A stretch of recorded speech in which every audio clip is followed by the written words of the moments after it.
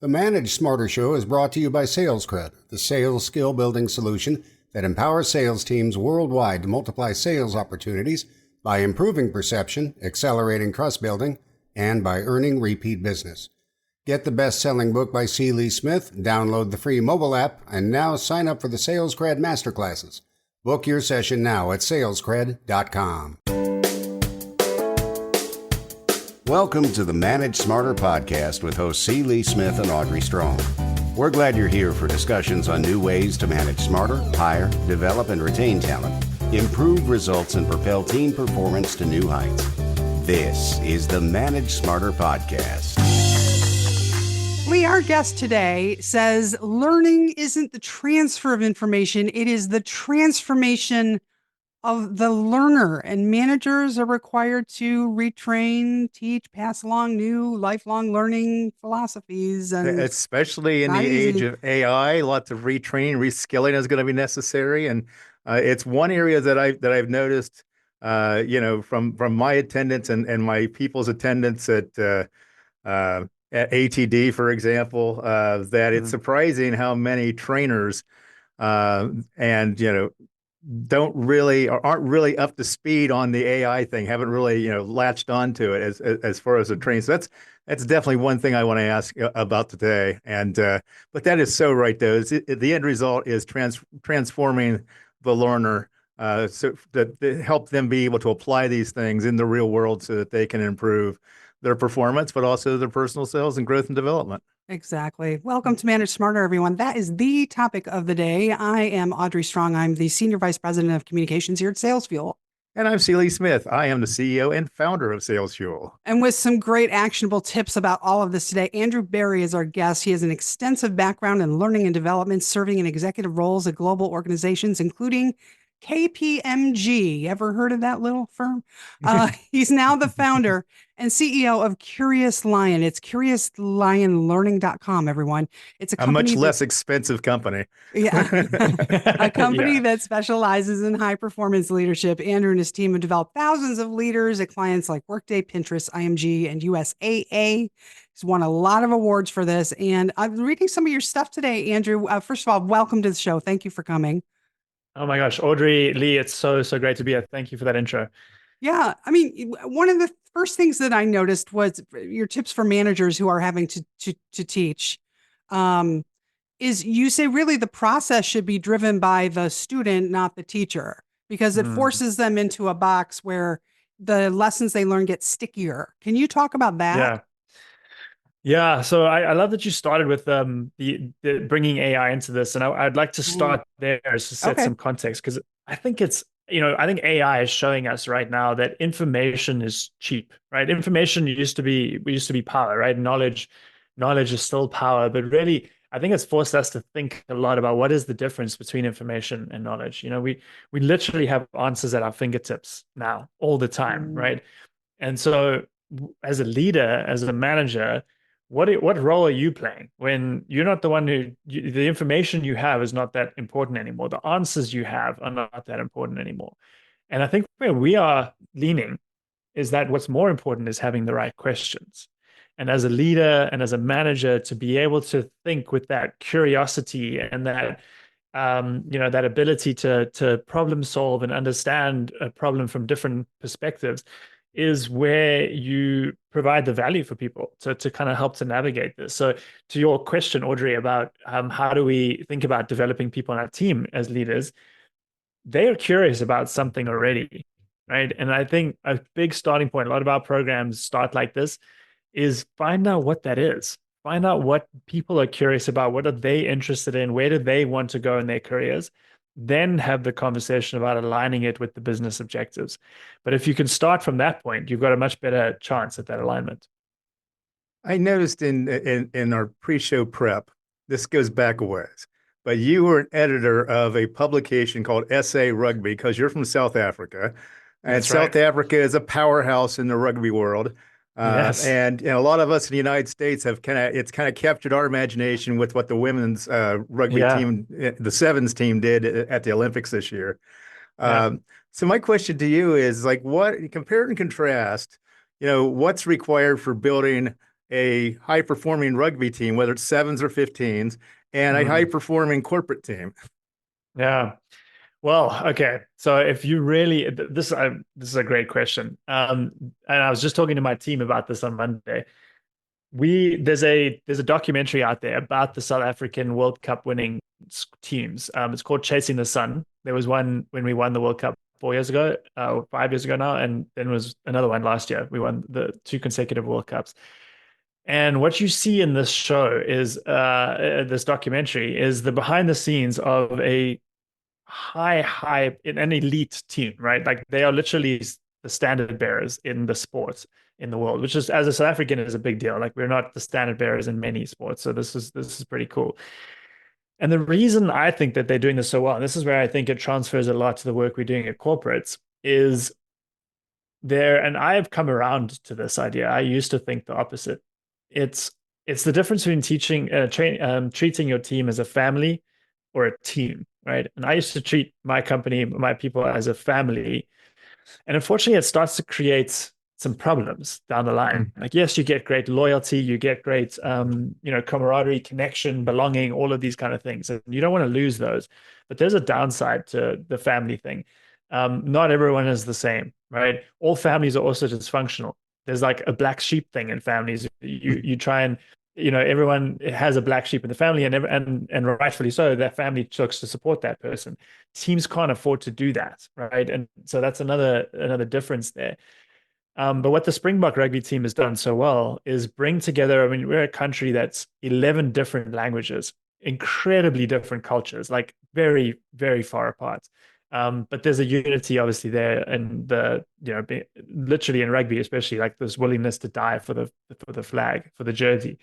And what they've done so well is create an atmosphere that people can come in as individuals, as very diverse individuals with different cultures, different backgrounds, different strengths, and work together as a team. And that whole team is molded in that it's a team of there's 15 people on the pitch, but it's 30 people, in that squad anyone can step in at the next minute to support the other if someone goes down. And I think that's another big. So I gave you a contrast there of treating in a corporate setting, treating your people as a team, not as a family. And then I think the similarity there that we can draw from it is how to bring people with different perspectives in and aligned on towards the same goal. Because that's when you've got really, really exciting opportunity, I think. I think the advantage that you have, though, on a rugby team or any sports team is that the goal is very well defined. We want to win the cup. We want to win the championship. That's the goal. Whereas I think the challenge with corporate teams is that the goal sometimes is not very well defined. Mm-hmm. What are we doing here? What do we really want to accomplish? That we know that we are at the height of our success once we've done blank. And I don't know that a lot of leaders, are excellent at defining that and communicating that. Would you agree? I do. And I think this one thing I think about a lot that plays into this is all of our knowledge, right, is about the past. Everything we know, the answers we have is about the past, but all our decisions are about the future. And so there's a big gap there, right? And that I don't think we're doing a great job as an industry helping people bridge that gap. And that's why I talk about curiosity, is why I talk about adaptive intelligence as these things that say, you're not expected to know the answer, right? But you've got to have a different kind of mindset, a mindset of experimentation and learning and like almost intellectual humility as well. That like I don't know the answers, right? And we don't know what the goal is because this is a VUCA environment, right? And it's ambiguous. And things that 14-year-olds don't have. Exactly. They think they know everything. Exactly. So yeah, we try to focus on that. With information being so cheap, like you said, with AI, everything at our fingertips, how do you counsel managers to make sure that what they're teaching does result in working knowledge of a topic or task? Yeah, so I think context matters so much. I think one practical thing people can do, and we see a lot of great success with this, is this idea of the after action review. A lot of in sales teams use this a lot, right? Deal reviews and that kind of thing. Is is to really spend the time on that. Like it's often a pro forma exercise, right? Of like, okay, what did we learn here? Yep. We make our list, we happy, we move forward. And now because we have a list, we feel like it was a good meeting. But nothing actually happens from that. And what we recommend people do is to really sit down and unpack the stories around what happened. So start with the most junior person on the team. What was their perspective on that deal? What did they see? What did they, or whatever? This could be a performance review as well, right? It could be any example. And then work your way up to the most senior person, but get all of the stories on the table and spend most of your time doing that. And it seems counterintuitive because you're like, well, we need to get to some, outcome here of an action we can take. But those things tend to fall out of the stories. It starts to become clear in having those conversations what needs to be done. And so anytime we've piloted that approach, it's been really successful. You have them tell the stories all together in front of everybody, or do you have them tell the stories privately then so they have the freedom of speaking candidly? Yeah, yeah, I think there's no right answer for that. I think it Mm. depends on the context of the situation. But defaulting as much as possible to having it in person. I think you miss so much nuance and you can't ask follow-up questions, which is also encouraged. Um, yeah, exploring the story behind the story is really the message here. It sounded to me, when I was doing show prep, that you were talking about liking to use breakout groups and discussion groups, but with more Mm. post-COVID hybrid or all remote workforces and teams, what's your advice for those work arrangements now moving forward in terms of the learning Yeah. process, best practice? That's a great point, Audrey, because it's much harder. It is much, much Mm. harder. When we run our programs, we've got some of our programs are all virtual. Some of them we have the in-person component, and that session out of all of them is definitely the best, right? And we try and start the programs with those sessions. But if that's not possible, one thing I have seen work really well is having a cadence, a weekly cadence, maybe it's a bi-weekly, but a regular meeting where the objective is not to talk about specific work, but to use it as kind of a brainstorming, brain trust think tank type session. And engineering teams do this really well, actually, where they'll come and they get to verbalize some of the problems that they're working on that are they're like sitting at the top of the to-do list, but they're the ones you never get to because there's no clear like answer, right? And so you got to like number two, number three, you knock those off, you feel good. But that number one sits there, and it's like these big, complex, open-ended problems. So just setting up a cadence like that and being able to even like what I find is that the first time people have to verbalize the problem to someone else is the first time they actually understand it for themselves, right? And Mm. then Mhm. they can ask each other questions and get feedback on it, and it tends to move the idea along. But yeah, that's one of the most practical ways I've seen work. So when we do a lot of our training here, we use crowdsourcing exercises, we use interview exercises, but basically it's small groups where they get together and they talk to each other, and then we have them come back and do a report out. Great Yeah. in person, works fantastically well. We try to do it in Zoom though. Trying to do a breakout room, or multiple breakout rooms in Zoom can be Yeah. very cumbersome Yeah. and almost daunting. Do you have any advice or how to do that in a remote atmosphere? Yeah, I was hoping you were going to give me some tips on that. It's definitely something we are constantly trying Mm. to iterate on. It's not easy at all. Yeah, I think it's a good question. I mean, some of the things we are taking into account is getting the pairings or the threes or whatever, getting those groupings right.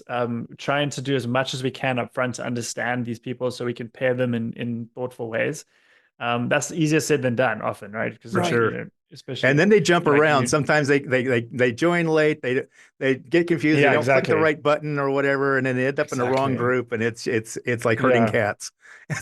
yeah. Exactly. I totally agree.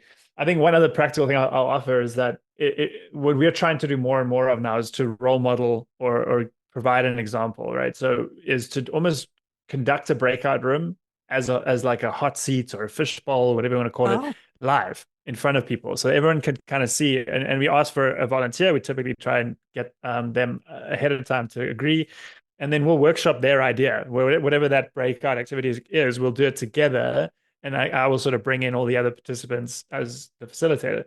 That seems to be working well. We've just started doing that, and it does seem to like grease the wheels and kind of give people a sense of what we're supposed to do here. Then you send them in the breakouts. Interesting. So is there maybe another platform other than Zoom that we all aren't familiar with that allows the breakout rooms like Zoom does, but it's easier? Yeah, Anybody email us, let us know. Or should we invent one? Or should we... I think there's an opportunity. I think there's an opportunity there for sure. I see in the show note. Oh, go ahead, Lee. No, you go ahead, Odd. I was just saying in the show notes here, it says, ask me about working at KPMG with dreadlocks. You have a fine head of hair, sir, but I'm wondering why you would have us ask this. I got to know. Yeah. Yeah, I mean, I don't even know where those notes came in. That's interesting. My team put that in there. Maybe they're just pranking you. I don't know. Somebody's in trouble. Yeah. No. I mean, I think the story I tell the story a lot in the context of being yourself, being authentic, and also a little bit, in the sense of KPMG actually allowed that, and took the time to understand who I was and what I was doing, and I spent two of the 12 years I spent there with dreadlocks. So they must have liked something to keep me around for another 10 after I cut them. But yeah, I mean, I use that a lot in the context of being yourself, being an authentic leader, right? Which is, I think, so important. I get asked all the time what executive presence is, and I have such a problem with that term because to me, it's like this nebulous thing that everybody's got an idea of what it means: gravitas, strong communication skill, whatever. And it's like paints this picture of some apps like not realistic human, right? Whereas I think a more interesting way to approach this is emotional presence. Like, how can you show up with emotional presence, not executive presence, as a leader? And that means being your authentic self, being vulnerable, being open, but also having a strong point of view. It still has that gravitas piece to it. But yeah, I guess that's what I was doing with the dreadlocks. That leads in really well to a question that I had. You speak a lot about creativity and the need for it, particularly in learning scenarios. And, do people who are neurodivergent, whether it's ADD, autism, anything like that, do they make better learners? Do they make better trainers? Do they make better leaders? Or do they have, are their challenges superpowers, or are their challenges challenges? I like to think of challenges as superpowers. I don't think it makes people better, and I think that's a problematic framing anyway. I know that wasn't your intention, but no. I think it's important to kind of think about that language as well, right? So like, there is no, like, I don't think there's it goes back to that idea of executive presence. There isn't an ideal version of leadership. There is the ideal version of leadership that you have as an individual. And if you have 15 direct reports, you need 15 different leadership styles. Like, you can't be one thing to all these different people, right? But I think your question is incredibly important, because to me, it goes back to that thing of diversity and understanding what opportunity or what strength lies in the challenge. I see a ton of value in someone who looks at the world very differently to me, and a team that has people like that on that have a voice and have the confidence to speak up is, I mean, that's a huge advantage to any team. Yeah. Well, your LinkedIn is Real Andrew Barry. It's BARRY, everyone. And Bazarudo is your Twitter, your X.com. Yeah, that's an old nickname, probably from the dreadlock days. Okay. BAZZARUTO. We got a few minutes left. Lee, you want to take the last question? Yeah, I sure do. So another thing that I see sometimes is that training is the answer to screw ups. You really messed that up, or you need more training on blank. And my concern is, and particularly having been on the other end of that, is that it feels like training is more of a punishment than an opportunity to get better and to improve. And what advice can you give to managers or to leaders about framing training, in a manner in which it can be heard and appreciated? Yeah. Look, I think you go look at any recent survey of why people choose certain jobs over others, or why they choose to leave jobs. And it's usually like one or two, but it's usually in the top three things is career growth, right? Development. And I think you hit the nail on the head there, where training has this bad rep in many cases that it's like remedial and it's there to correct a problem. But that just assumes that's also like, I think, indicative of the fact that it's so like it's seen as a one-off thing, training. And what I would recommend for leaders and managers out there is to take all of what I've just said into account and to first of all position training as an ongoing process, right? And to tie it to the career development of the individual. Going back to what I said earlier, like really spend the time to get to understand what they want from their careers, and then provide those opportunities. And when you and that ongoing learning is kind of growth mindset, right? So like go and try something, take an action, do a controlled experiment, fail, in inverted commas, but learn something. Use the deliberate practice principles to actually now go and do something different after that. And I think as a leader, if you can get your team doing that, they become these learning machines. And then your team, talk about that horrible buzzword we all use, synergy. Like your team is just going to get better and better if everyone on that team is learning autonomously, right? Like what a ideal state. That's a perfect way to bookend this episode. Like we sort of came right back to where we started. I love it. Yeah. Yeah. CuriousLionLearning.com, y'all. And if you want to reach out to Andrew, please do. This has been great. Thanks for the tips, sir. Thank you. Really appreciate the time. Thanks for listening. If you enjoyed the show, please rate and recommend on iTunes, Overcast, or wherever you get your podcasts. You can also get more great information at salesfuel.com.